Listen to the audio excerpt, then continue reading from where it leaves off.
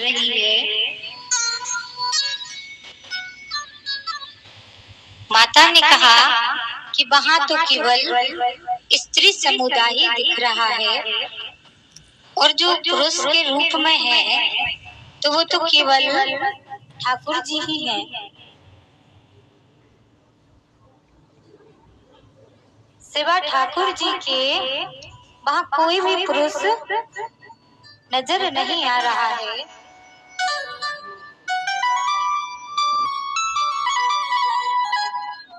भोले बाबा कहते हैं कि हमें तो जाना है, कोई वहां है कि नहीं पुरुष उससे हमें कोई मतलब नहीं है, क्योंकि हम तो कन्हैया को दीवाने हो गए हैं, हम तो कन्हैया को चाहने लगे हैं। क्या कहते हैं पता है?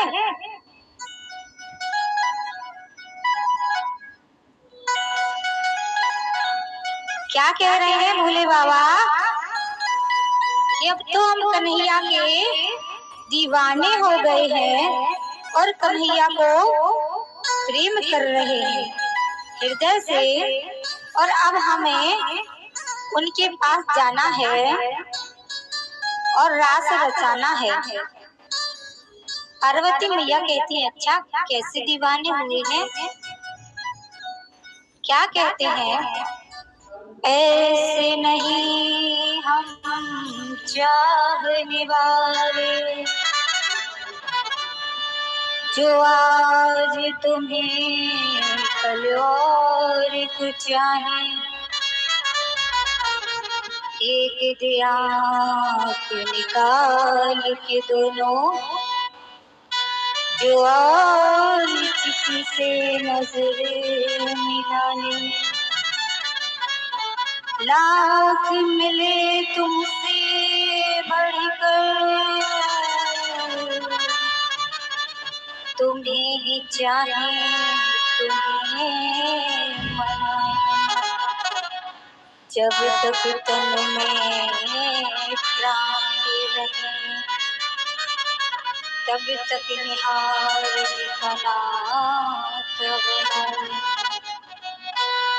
तो हर परिस्थिति में भोले बाबा भगवान विष्णु का ध्यान करते हैं। तो आज तो कन्हैया वृंदावन धाम में गोपिकाओं के साथ रास रचा रहे हैं, तो हम क्यों नहीं जाए? हमको तो जाना है। कौन कौन चलेगा? देखो भोले बाबा तो जा रहे हैं। कैसे जा रहे हैं? मैया से कहते हैं, पार्वती मैया से कहते हैं, सुनो हमारा बढ़िया श्रृंगार कर दो। तो मैया ने बढ़िया श्रृंगार कर दिया, साड़ी पहना दी, बढ़िया सा आभूषण अलंकार पहना दिए और घुंघटा डाल दिया। और घुंघटा डाला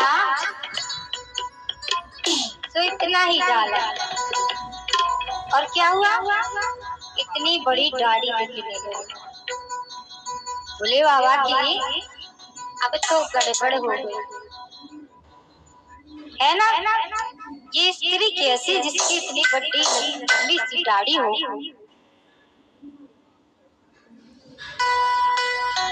अब क्या किया जाए? सो भोले बाबा ने घुंघटा खींच लिया। जैसे ही खींचा तो पीछे से पूरा दिख गया, तो इतना बड़ा चूड़ा। अब और बड़ी गड़बड़। क्या किया? एक चुनरी लेकर मैया ने भोले बाबा को उठा दी, और आज जो भी महारास लीला में प्रवेश करेगा अपने सिर के ऊपर सिर ढककर पल्लू करके इस महारास लीला का नृत्य करना है, क्योंकि यहाँ पे बड़े बुजुर्ग भी बैठे हुए हैं, किसी के ससुर जी भी हैं, तो भगवान की लीला में याद नहीं रहता कि ससुर जी बैठे हुए हैं। तो भोले बाबा की तरह सभी को घूंघट करना है। अब भोले बाबा बोले हाँ हाँ अच्छा लग रहा है, अब ठीक है, अब दिख नहीं रहा कुछ भी। आपने अच्छा किया यह चुनरी डाल दी कि अब कुछ नहीं दिख रहा है।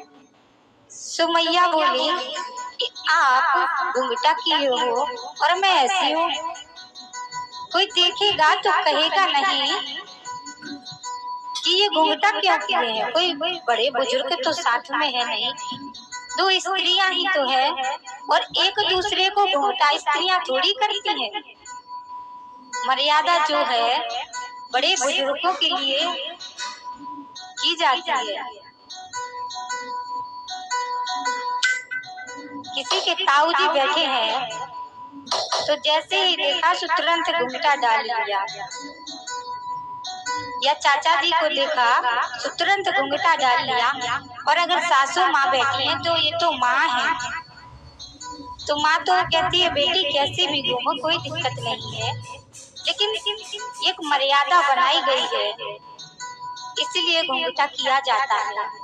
सो पार्वती मैया भी घूंघटा करके जाने लगी। घूंघट करके धीरे धीरे पार्वती मैया चलती हैं। लड़कियों की स्त्रियों की चाल अलग होती है और भोले बाबा जो है फटाफट लड़कों वाली चाल है ना भोले बाबा की,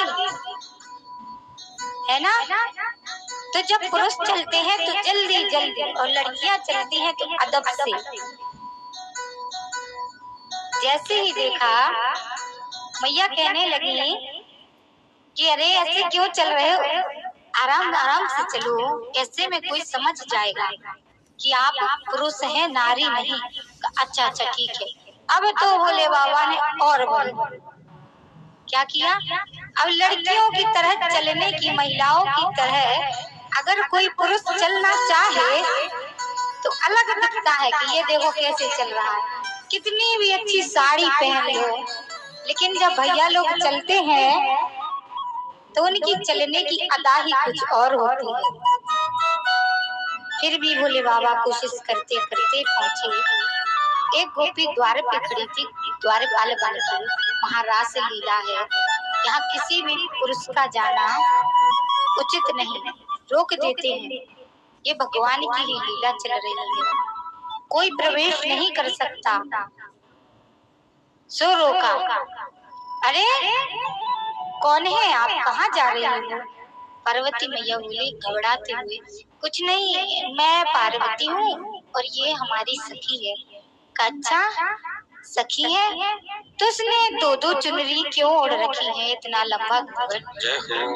कहा कि थोड़ी शर्म लगती है। तो भगवान ने दूर से ही देख लिया और पहचान लिया कि ये तो भोले बाबा है।